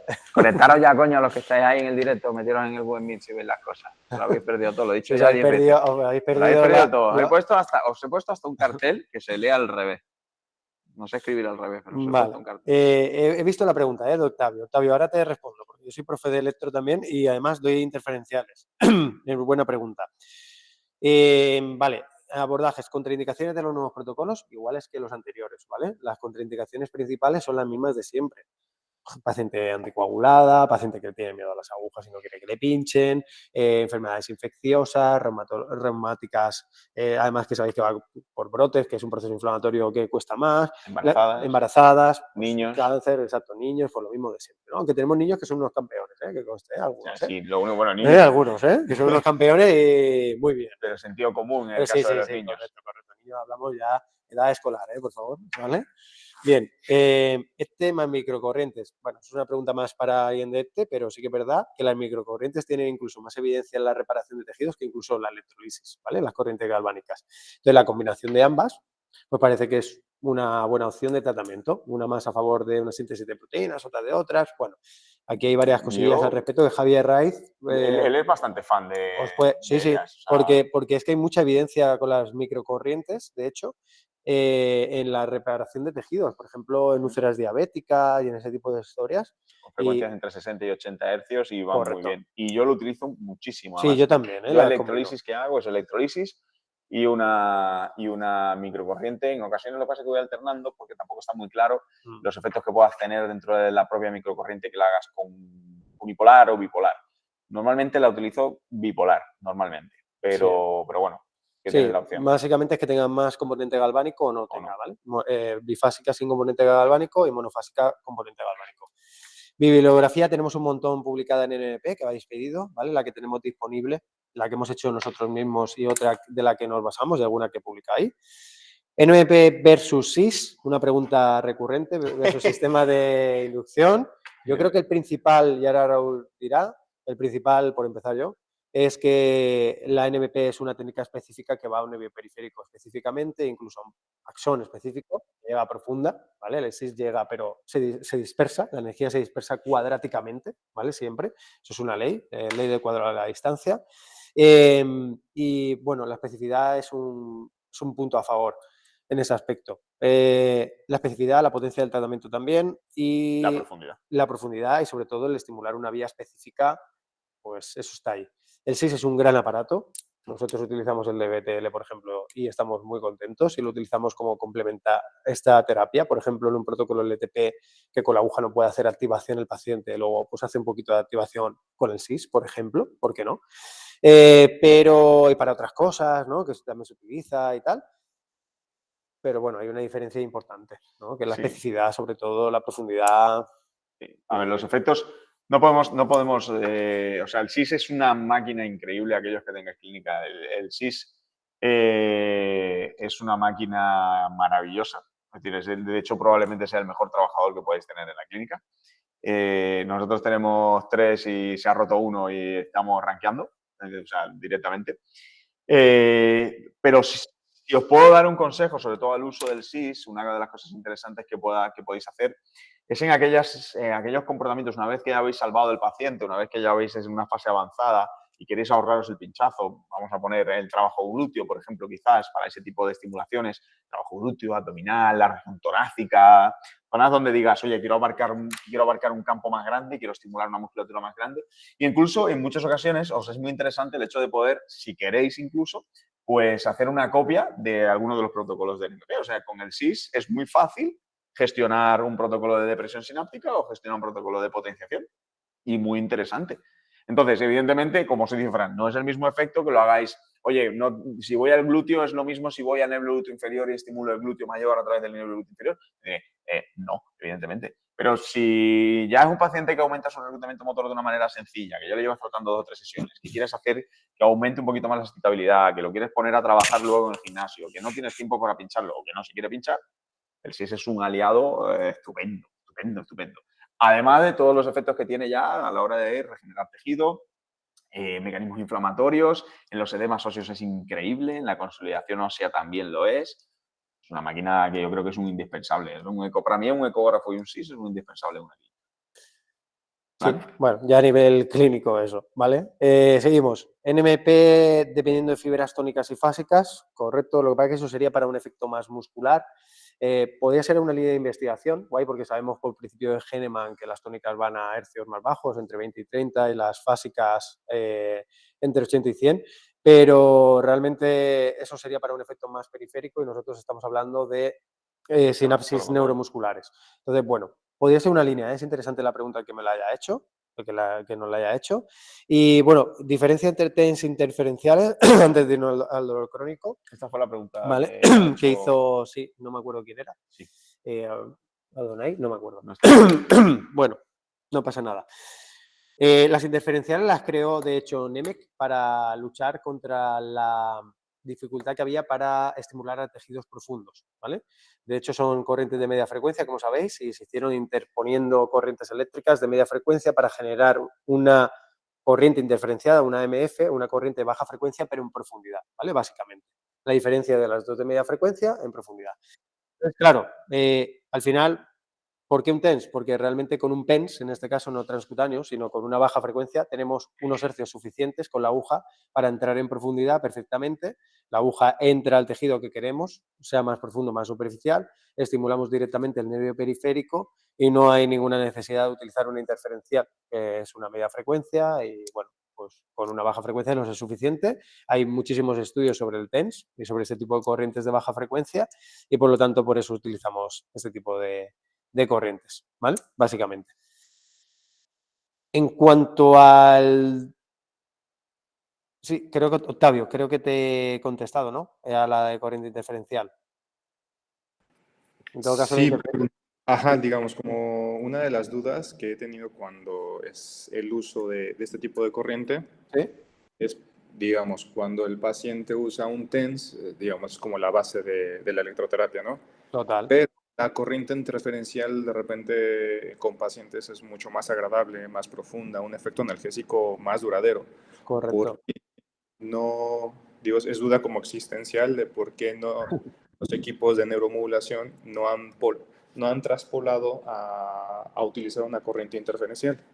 Es mi duda. Sí, por eso que te comentaba, porque la interferencia se creó para poder entrar más en profundidad utilizando la media frecuencia, que entra más en profundidad, y generando esa interferencia que genera una corriente de baja frecuencia en profundidad. Por ejemplo, la interferencia sabemos todos, 4200 hercios y 4000, ¿vale? La diferencia entre 4200 y 4000 son 200. Esa es la frecuencia baja que pueden seguir las neuronas, que es la que penetra en profundidad y por eso se siente como más agradable. Pero no deja de ser el efecto por una baja frecuencia. Es media frecuencia, pero la interposición genera una baja frecuencia en profundidad. Nemec las creó para luchar contra ese problema, que no podían entrar en profundidad. Entonces, por eso interferenció las corrientes. Nosotros con la aguja directamente no tenemos ese problema. O sea, directamente la aguja entra al tejido profundo que tú quieres. Puedes entrar a 10 centímetros si quieres utilizando una aguja de 10 centímetros. Entonces se va a notar como una corriente de baja frecuencia. La intensidad es la que determina cómo va a percibir el paciente esa corriente eléctrica, más hormigueo, más dolor o menos. Ok.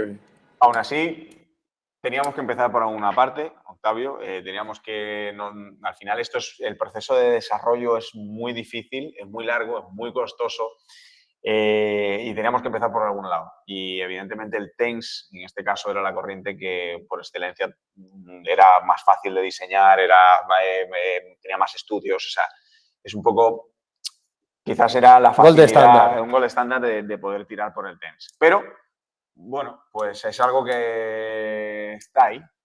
Y si cabe la oportunidad dentro de los avances que hagamos más adelante, el hecho de intentar hacer algo con interferenciales, pues está también la puerta abierta. No, probar diferentes tipos de corrientes siempre está ahí. Claro. Diferentes formas de pulso para estimular un tipo de fibras u otras.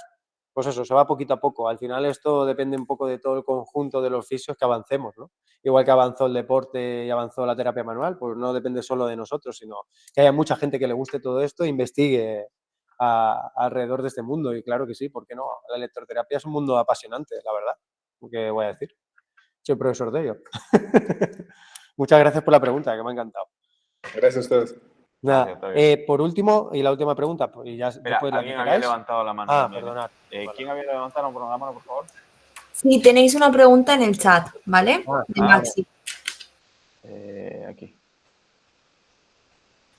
Supongo que variará según la patología del individuo, pero según el protocolo que se aplique y qué tipos mínimos entre sesión y sesión se debe respetar.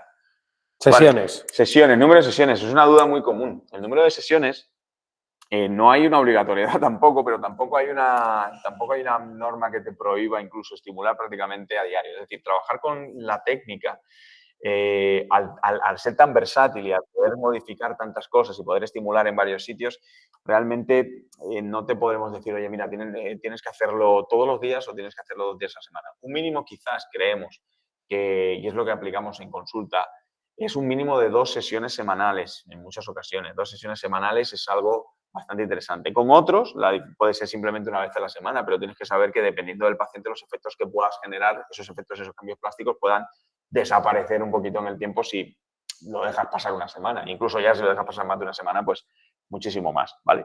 Entonces, como norma, generalmente pues aplicamos dos a la semana. Yo particularmente utilizo el trabajo con la técnica y a todos los pacientes, al menos en las primeras sesiones en donde trabajo con ellos, 2 a la semana. ¿Vale? Las primeras sesiones lo intento también, a veces no puedo por agenda, pero sí que es verdad lo que dice Raúl. Hay veces que necesitas aplicar un poquito más.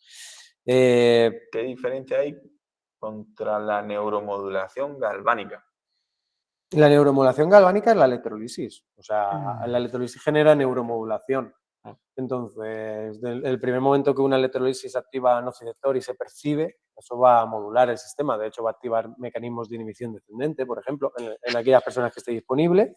Y entonces, para un tejido, por ejemplo, donde tú colocas la aguja en un tejido, en un tendón, en un músculo, no sé, sobre todo nosotros lo aplicamos en tendones, casi prácticamente, pues bueno, puede tener un sentido, ¿no? Por generar un cambio químico en la zona, pues eso, lo que he dicho, ¿no? Ese proceso inflamatorio, pero aplicado a un nervio y hasta que se demuestre lo contrario, para mí no tiene ningún sentido, para mí, para nosotros, ¿vale? ¿Por qué? Porque la corriente galvánica puede quemar porque genera compuestos, ¿vale? No quema a nivel térmico, ¿vale? Porque no genera tanto efecto Joule a las intensidades que trabajamos, pero sí que puede quemar generando compuestos, una quemadura básica en este caso, que es lo que genera. En un tendón probablemente no pase nada, en un nervio si te has metido dentro, el abordaje está un poquito más complicado, etcétera, pues podría ser menos seguro, ¿vale? Por lo menos. Si se demuestra lo contrario en unos años, que todavía no se ha demostrado, pues, oye, pues genial, se podrá utilizar, pero de momento no es la corriente más segura para acercarte a un nervio cualquiera que tenga componente galvánico. Bueno, yo me estaba mordiendo la lengua, pero creo que lo voy a decir. Vamos a ver. Lo que se acaba de decir, Fran, es totalmente cierto. No hay una evidencia que os pueda mostrar el hecho de trabajar la directa. Pero aparte de eso, sí que tengo muchísimos pacientes en consulta y no son 2. O sea, son muchísimos y no solo yo, sino muchísimos compañeros más, atendiendo casos de pacientes con afecciones bastante jodidas por estimulaciones con galvánica en el nervio.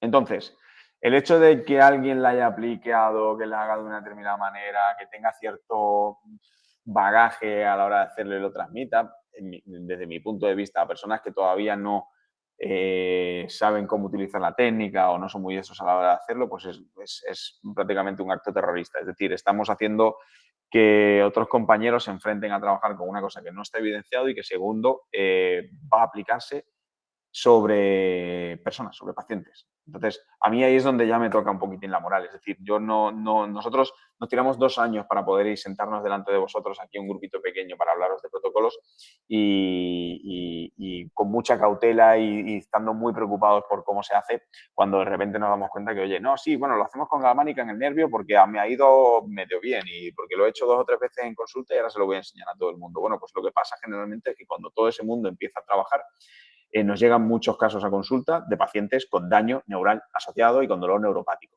Entonces, desde mi punto de vista, el uso de la neuromodulación o del uso de una corriente galvánica en un nervio, y hasta que venga, como ha dicho Fran, alguien y demuestre lo contrario, es una negligencia. No lo veo, no veo la utilidad ni tampoco veo el sentido. No sé si he contestado a Gonzalo, que estaba por ahí, que ha preguntado. Y Octavio, que ha lanzado otra pregunta ahí, Octavio está muy activo. Sí. Diferencia entre neuromodulación normal y neuromodulación galvánica. Vale, bueno, básicamente Octavio creo que también te he contestado. Y también creo que, bueno, ahí meto en el saco el PICAF, tampoco lo practico, tampoco lo utilizo, o sea que no podría decirte sobre el PICAF, no tendría que decir nada. Me lo han preguntado muchas veces, pero es que lo he visto alguna vez por Instagram que ponen eso, pero no sé ni qué consiste. Si desde luego galvánica para estimular un nervio, lo mismo que hemos dicho, que ha dicho Raúl, lo aplicamos para eso. Pero no sé, tendrá su base. Habrá que preguntarle al que lo hace y pues que justifique igual que hacemos nosotros. Pero veo a José Manuel Sánchez y sus formaciones y le dan curiosidad. Bueno, y otros fisios que clavan multitud de agujas para neuromodulación.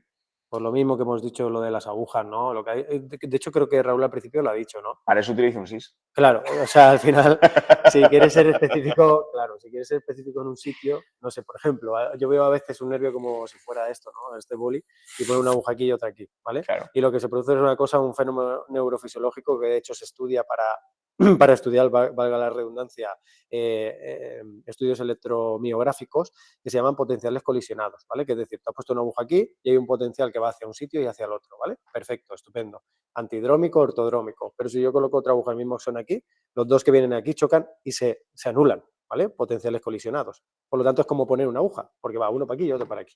Entonces, eso si lo ponemos con 50.000 agujas, imaginaros el caos de qué es lo que estoy estimulando. No sí, el hecho de poner un ciático, poner 4 agujas en todo el recorrido del ciático porque tenga más efectos, lo siento, pero no. Sí que tendría sentido, y eso es verdad, sí que tendría sentido porque digamos que al degranar un nervio grande, los nervios grandes con una sección transversal bastante grande, sí que es verdad que los axones más superficiales son los que colinan o los que van a dar información al tejido que está circundante, que tiene alrededor, ¿vale? Valga la redundancia. Y aquellos que se muestran en un aspecto más profundo dentro de esa sección transversal son los que irán más distal.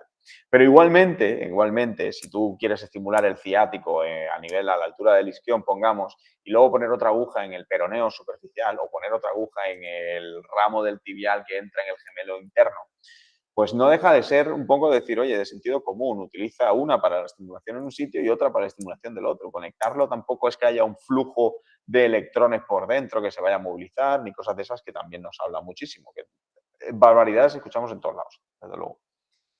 El neuroeje lo he visto por Instagram y es que me da curiosidad. A mí más que curiosidad, Gonzalo, a mí me da mucho miedo el hecho de meterme con una corriente galvánica en un ramo anterior. Desde luego, más que curiosidad, a mí me da pánico. Pero bueno, si alguien repito, al final una de las cosas más importantes, y esto ya no es por el que lo transmite o el que lo enseña, es más bien por el que no juzga lo que está haciendo o que con ojos cerrados lo hace. Hay que tener en cuenta que quien tienes ahí debajo es, repito, un paciente y eso es muy importante. De todas formas, tampoco queremos meternos demasiado con esto porque la intención del webinar era más bien... Bueno. Neuroeje se aplica en ramos dorsomediales, muchísimo menos en ramos anteriores, muchísimo menos en ramos anteriores cervicales. Yo he visto cosas como tratar desde C6 un nervio mediano y no tiene ningún sentido porque el nervio mediano se forma de C5, C6, C7, C8 y T1. Entonces, cosas así que podemos hablar mucho, al final hay que justificarlas. O sea, tampoco vale que yo hable de esto y no lo justifique. Entonces, pero entender que meter una aguja y estimular C6 para un tratamiento del mediano tiene mucho menos sentido que estimular el mediano, que tienes todos tus axones. Y es que estás en un nivel medular que ni siquiera sabes si estás estimulando el mediano. Entonces, el neuroeje está muy bien para ciertas patologías, se utiliza bastante menos de lo que parece, sí que para lumbalgias y cervicalgias hay puntos seguros que tenemos estudiados y cómo abordarlos, y muy sencillos, muy fáciles y muy seguros, pero meterte en algunos ramos pues tiene más complejidad, requiere de más bagaje ecográfico y de saber lo que estás haciendo y desde luego hay puntos que pueden ser peligrositos, ¿vale? Y sobre todo si vas con galvánicas. Aquí tengo otra que es sobre alodinia, pronóstico, tratamiento y dolor crónico. El dolor crónico complejo ya terminamos, yo creo. Si tenéis alguna pregunta más rápida. El dolor crónico es complicado, o sea, tenéis que individualizar al final siempre. Y la alodinia, igual que los signos positivos neurales, signos muy potentes de dolor al roce, nosotros aconsejamos en principio manejarlos con protocolos de LTD sin dolor, ¿vale? En todo caso, que es lo más sencillo, ¿vale? Entonces, si vas a estimular con la aguja y decides hacerlo porque, oye, crees que puede permitírselo al paciente y no le vas a causar más daño, no en la zona exacta de su dolor, etcétera, sino un poquito a distancia, más proximal, por ejemplo, haces un protocolo LTD, pero sin dolor, ¿vale? Para deprimir toda la vía, incluso mecánica, que es la que tiene comunicación con la vía dolorosa, con neuronas de amplio rango dinámico, que es lo que produce galodinia, ¿vale? No nos vamos a meter en fisiología, pero básicamente sin dolor. No produzcáis ningún tipo de dolor, porque entonces vais a generar más inflamación y más molestia. Entonces, dolor crónico, en principio, manejarlo con cuidado, tener en cuenta que los dolores crónicos, normalmente los mecanismos de inhibición descendente están mermados, son muy complicados activarlos porque realmente están agotados, y entonces trabajar con protocolos que no produzcan dolor. Y en alodinia, sobre todo, también cuidado con el LTP, porque te puede potenciar la alodinia, ¿vale? Entonces, primero, LTD en todo caso, sin dolor, ¿vale? Sin dolor, trabajar sin dolor. Súper importante. Aquí hay una pregunta muy interesante. ¿Soléis combinar protocolos de NMP para un mismo caso? Quiero decir, por ejemplo, en caso de una epicondilalgia en fase aguda, que abordaréis, por ejemplo, el nervio radial, ¿usáis unos protocolos u otros según la evolución del paciente o siempre hacéis el mismo protocolo? Por supuesto. Sí. Los protocolos van cambiando, evidentemente. Igual que el ejercicio, ¿eh? Pero lo digo aquí incluso que vas a explicar, Raúl. Claro, no, sí, desde luego. O sea, en el caso de una estimulación que hagáis sobre el nervio radial, en una epicondilalgia, por ejemplo, en una fase aguda, como os ha dicho Fran, donde puede haber una alteración también de la sensibilidad en esa zona, quizás el protocolo inicial que deberíais de trabajar sería una LTD, como os ha dicho, sin dolor, pegadito a los ramos del radial, pero sin dolor. Y en el momento en el que evoluciona, tanto estructuralmente como a nivel de sintomatología, esa tendinopatía, sí que podéis plantearos la opción de trabajar con un protocolo Teta-VAS, con un protocolo, por ejemplo, de LTP, simplemente para aumentar el reclutamiento motor de la musculatura extensora y iniciar el ejercicio, desde luego, ¿vale? Esto, además, fijaros, esto es como si fuera el manejo de una tendinopatía, ¿no?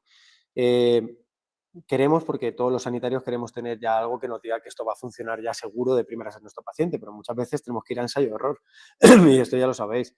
O sea, y es, por ejemplo, un isométrico en un paciente, lo voy metiendo carga en un concéntrico, X ejercicio, y le duele, pues nos ha dicho que le duele al día siguiente o a los 2 días, pues tenemos que bajar la carga y tenemos que modificar el ejercicio, incluso a lo mejor volvernos a isométricos, ¿no? Pues esto es un poquito lo mismo, podéis jugar con diferentes protocolos para trabajar con objetivos distintos, diferentes ramos periféricos, y todo esto es súper interesante porque os permite ser mucho más versátiles, y esto está guay también, ¿no? No que tengas 2 protocolos y esto vale para todo. El protocolo que valga para todo y os diga eso probablemente... No vale. Sí. No vale. Falle. Seguro que no vale. Entonces, bueno, eso os podéis adaptar con cada protocolo, individualizar en cada fase del paciente con un objetivo, con un razonamiento clínico, en qué nervio lo queréis hacer, por qué. Tener en cuenta que esto es súper importante, por qué estímulo ese nervio, qué relación tiene con la patología de mi paciente, todo esto, qué protocolo voy a utilizar, cuál es mi objetivo, con qué voy a complementar, qué tiene que hacer, y la parte activa y la educación esa es fundamental. Esto es una herramienta muy potente, pero no deja de ser una herramienta.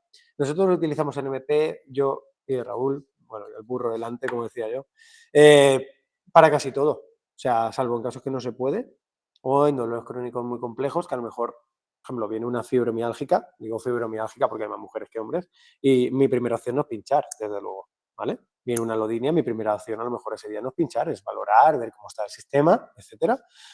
Viene un dolor crónico con, ya os digo, muy complejo, que viene con el historial así de tal, pues a lo mejor no pincho mi primera sesión, pero en general en el resto sí que normalmente utilizamos la invasiva con un razonamiento clínico para generar esos cambios en la activación del sistema de analgesia, activación muscular, y funciona muy bien, la verdad, a nivel clínico. Y a nivel científico parece que nos está dando la razón, ¿no?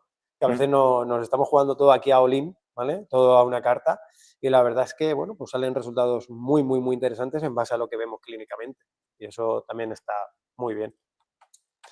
Sí, yo creo que son las 10:15. Sí. De verdad que estamos ahora en Madrid, que tenemos ahora curso, y tenéis bibliografía ahí para seguir en nmp.oficial, todo lo que queráis, compartimos casos clínicos de todo, seguir en Instagram porque hay mucha información. De verdad que os agradecemos muchísimo las horas de haber estado aguantando aquí el tostón. Haremos más webinars, ¿vale? Seguro, sobre casos clínicos, sobre protocolos, fisiología, etcétera. De verdad que muchísimas gracias. Por mi parte, un placer siempre, la verdad. Octavio, haremos algún post, no te preocupes. Haremos algún post. Muchas gracias, chicos. Gracias a vosotros. Muchísimas gracias, de verdad, por aguantarnos tanto y por estar ahí. Y también a los que os habéis estado también aguantando el directo. Muchísimas gracias a todos y a todas. y estar atentos porque, bueno, publicaremos más seguramente, viendo que más o menos esto está por ahí, pues bueno, funcionando, haremos más. Sí. Y si Alea se queda grabado para todos los alumnos de NMP que están dentro, que están registrados dentro de nuestra plataforma, quedaría para vosotros para poder volver a verlo, ¿vale? Así que nada, muchas Bueno, gracias, chicos y chicas, buenas noches, salimos, desconectamos todo. Muchas Chao. gracias, chao. Gracias. Gracias. Espera un momentito, que Ari tiene que dejarlo que lo haga Ari. Sí. Y lo hacemos ahora aquí. Y de aquí, hasta luego. Adiós.